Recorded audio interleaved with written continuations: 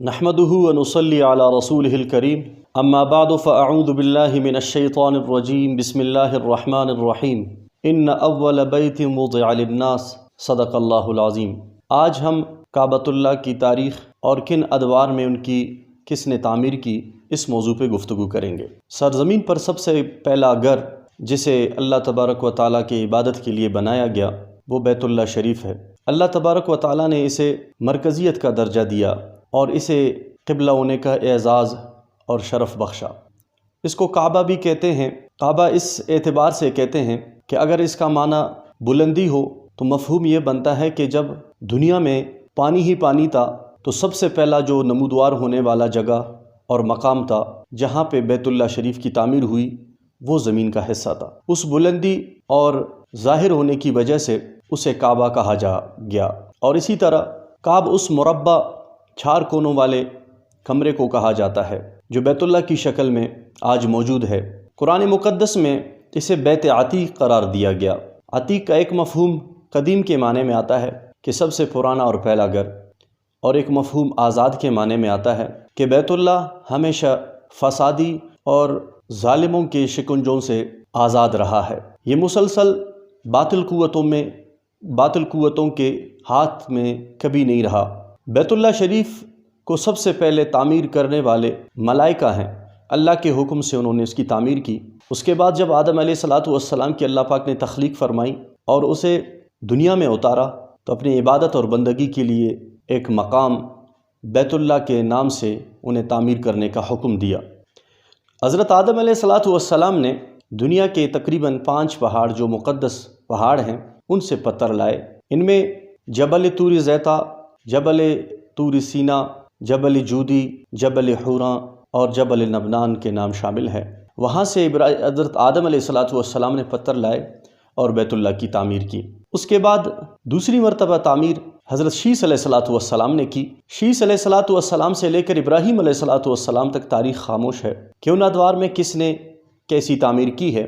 نوح علیہ السلام کے زمانے میں بیت اللہ منہدم ہوا طوفان کی وجہ سے، تو ابراہیم علیہ السلام کو اللہ پاک نے 4تھی مرتبہ تعمیر کا حکم دیا کہ ابراہیم علیہ السلام رب کے حکم سے اپنے 70 سالہ بی بی ہاجرہ اور اپنے شیرخوار بچہ اسماعیل علیہ السلام کو مکہ مکرمہ میں چھوڑا اللہ کے حکم سے۔ اللہ تبارک و تعالیٰ یہ چاہتے تھے کہ یہ مقام دوبارہ آباد ہو اور اسے مرکزیت حاصل ہو، اور جناب رسول اللہ صلی اللہ علیہ وسلم کی بعثت یہاں سے ہو، اور آنے والے تمام انسانیت کا مرکز یہی شہر اور یہی مقام ہو۔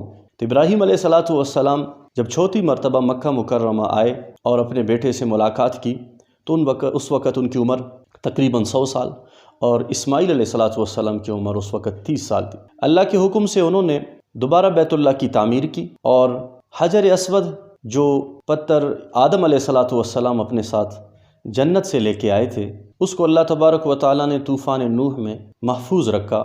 اسماعیل علیہ السلام پتھر لاتے گئے، رکھتے گئے، لیکن جب حجر اسود کا موقع آیا تو اس موقع پر ابراہیم علیہ السلام نے ان کے ہاتھ سے بہت سارے لائے ہوئے پتھر رد فرمایا کہ یہ وہ پتھر نہیں ہے جو حجر اسود کہلاتا ہے۔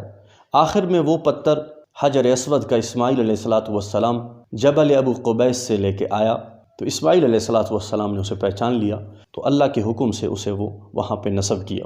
دوبارہ بیت اللہ کی تعمیر کے بعد ابراہیم علیہ السلام نے شہر مکہ کے لیے دعا کیا اور اس بیت کی برکت اور اس کی آبادی کے لیے دعا کی۔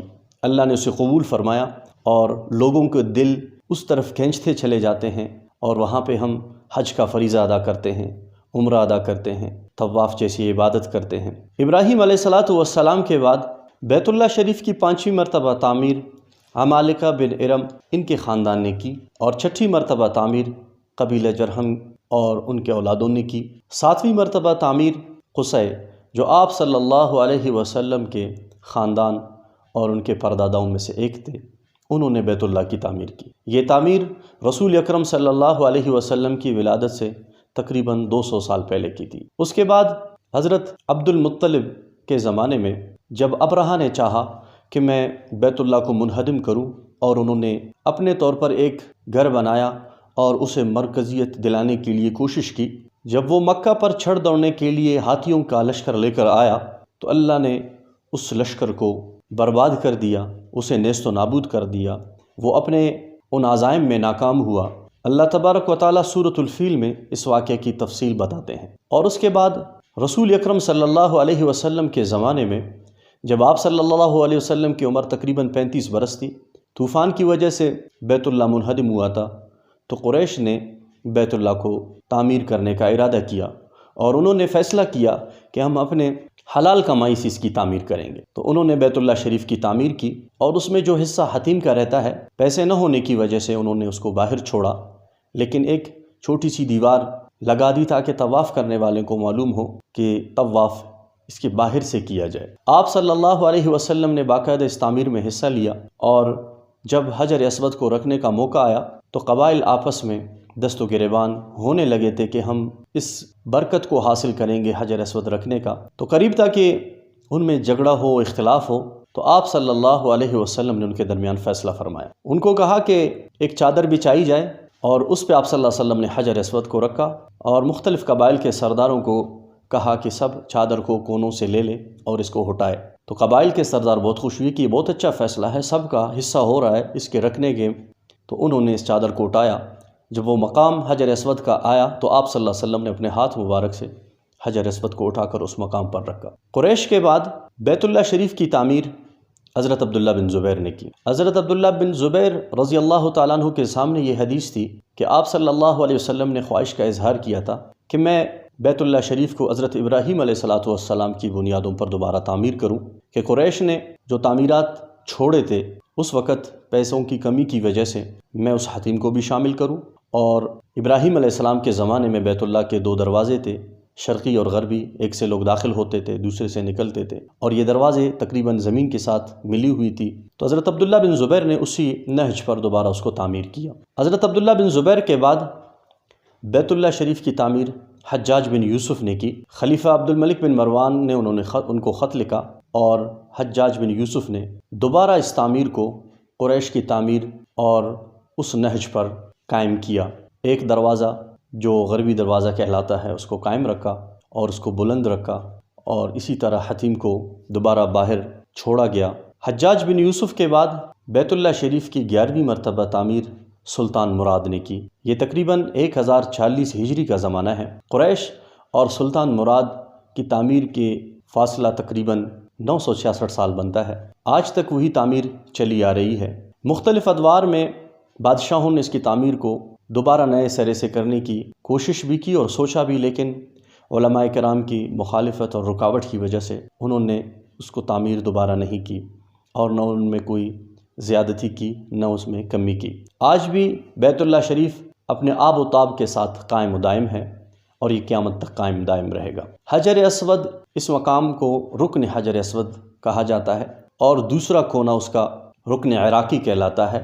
اس بیچ کو وجہ کعبہ کہتے ہیں۔ تقریباً 22 گز کا فاصلہ ہے اس بیچ میں، اور رکن عراقی سے رکن شامی تک یہ فاصلہ بھی 22 گز کا ہے، اور اسی طرح رکن شامی سے رکن یمانی تک 31 گز کا فاصلہ ہے، اور رکن یمانی سے رکن حجر اسود تک یہ پشت کعبہ کہلاتا ہے۔ کعبۃ اللہ کے طول و عرض کے حوالے سے میں عرض کروں کہ رکن حجر اسود سے لے کر رکن عراقی تک تقریباً 22 گز کا فاصلہ ہے، اور رکن عراقی سے رکن شامی تک 22 گز کا فاصلہ ہے، اور رکن شامی سے رکن یمانی تک تقریباً 30 گز کا فاصلہ ہے۔ اس کو پشت کعبہ کہتے ہیں، اور رکن یمانی سے حجر اسود تک تقریباً 20 گز کا فاصلہ ہے، اور یہ رکن حجر اسود سے رکن عراقی تک یہ وجہ کعبہ کہلاتا ہے۔ عراق، شام اور یمن یہ ظاہر ہے ان سمتوں کو اور محل کو واضح کرتا ہے۔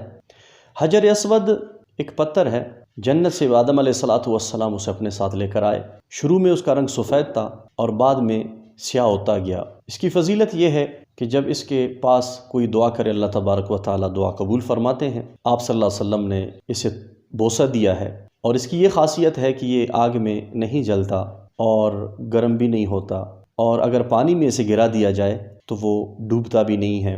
حضرت عمر فاروق رضی اللہ تعالیٰ عنہ نے ایک مرتبہ اسے بوسہ دیا، فرمایا کہ آپ سیاہ پتھر ہو، آپ نہ کسی کو نفع دے سکتے ہو نہ کسی کو نقصان دے سکتے ہو، چونکہ میں نے آپ صلی اللہ علیہ وسلم کو بوسہ دیتے دیکھا ہے، میں اسی تابعداری میں پیروی میں بوسہ دے رہا ہوں۔ یہ آپ حضرت عمر فاروق نے بلند الفاظ میں اس لیے کہا تاکہ سننے والے سمجھ جائیں کہ مسلمان پتھر پرست بت پرست نہیں ہے، بلکہ یہ بوسہ صرف اور صرف سنت رسول ہے۔ اس پتھر کو نہ نفع کی چیز سمجھی جاتی ہے نہ نقصان کی چیز سمجھی جاتی ہے۔ ایک بابرکت پتھر ہے، مختلف ادوار میں اس کو چوری بھی کیا گیا، اس کو بیت اللہ سے نکالا بھی گیا، لیکن اللہ تبارک و تعالیٰ نے دوبارہ اسے اسی مقام پر آباد کیا، اور وہ لوگ جو اٹھائے تھے وہ برباد بھی ہوئے، نیست و نابود بھی ہوئے اور خوار بھی ہوئے، مجبور ہو کے دوبارہ انہیں حجر اسود کو لانا پڑا۔